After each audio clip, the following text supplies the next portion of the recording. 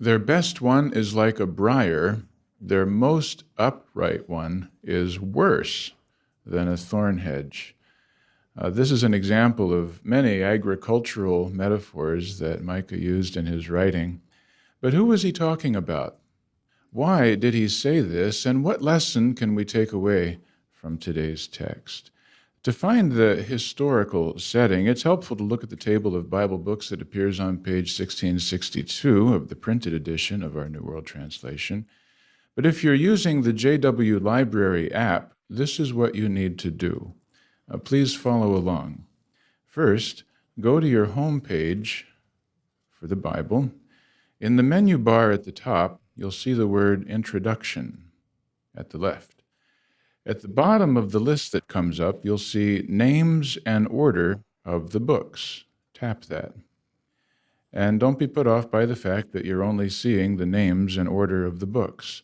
Rather, scroll all the way down to the bottom, and there you will see Table of Books of the Bible. Tap that. You can bookmark it if you'd like to get there faster the next time. And then scroll down to Micah. What do we learn about the context of our day's text? Written by Micah, knew that. Where was he? In Judah. When did he write this prophecy? Sometime before the year 717 BCE. And what time period does his writing cover? The 60 years spanning from 777 to 717, counting backwards toward the time of Jesus. Now, what was happening during those 60 years?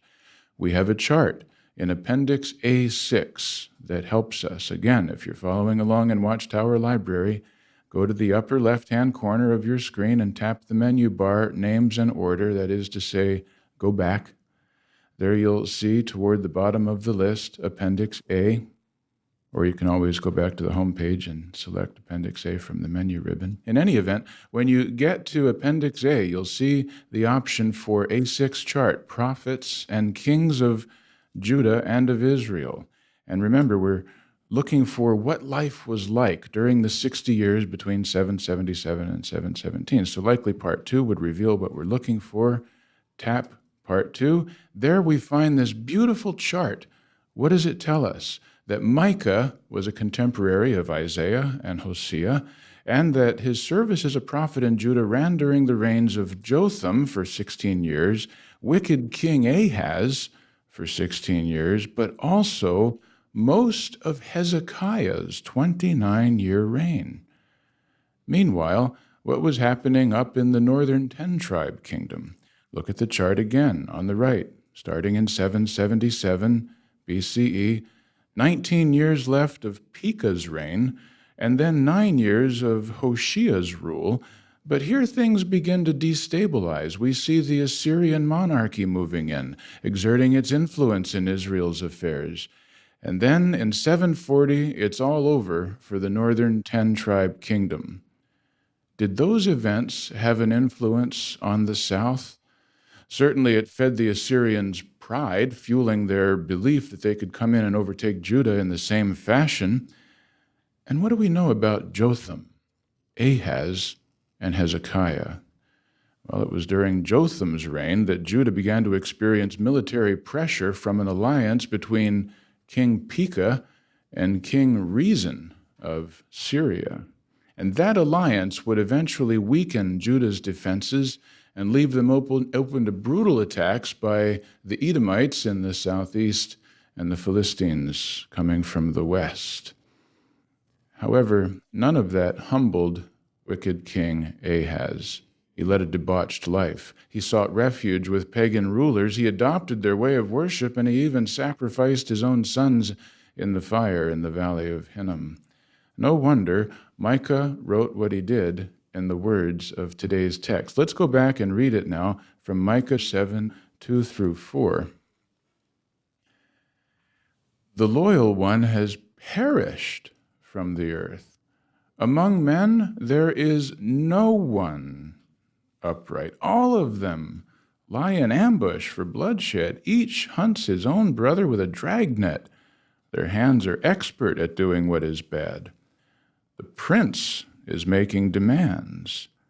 The judge asks for a reward. The prominent one makes known his desires, and they work it out together. Their best one is like thorns. Their most upright one is worse than a thorn hedge. So what's the meaning of the metaphor?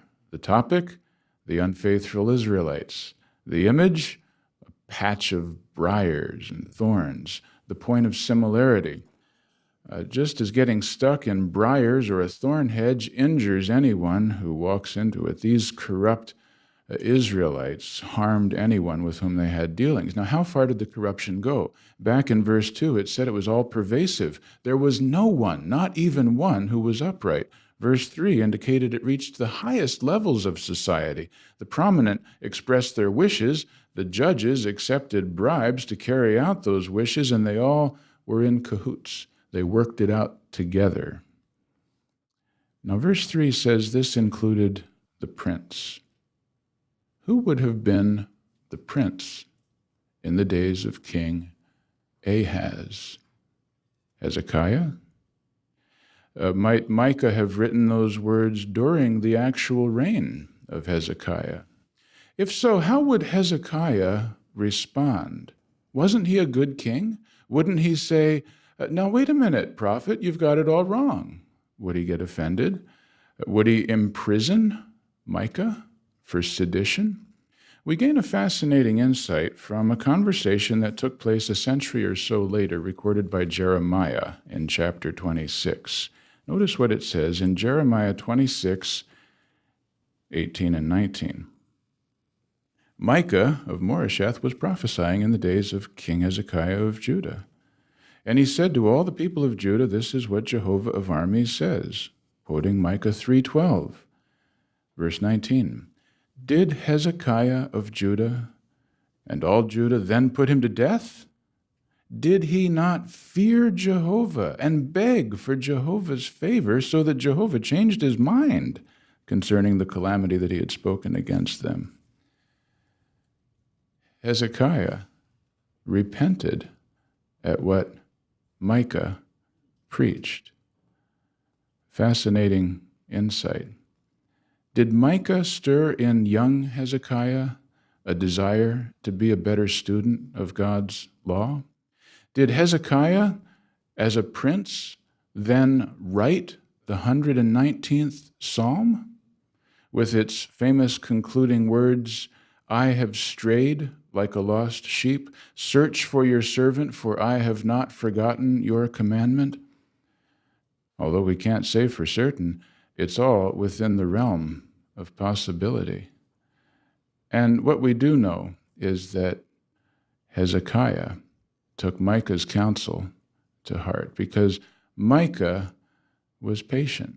Micah stuck with his assignment. Even though Micah wrote the words of today's text, he refused to give up hope in Jehovah's ability to bring about changes in people's hearts, in people's thinking. Micah's patience paid off. He waited on Jehovah. He saw wonderful results right in his own lifetime, and you too are acting loyally in a very disloyal world. What will be the effect of your patient endurance on others today?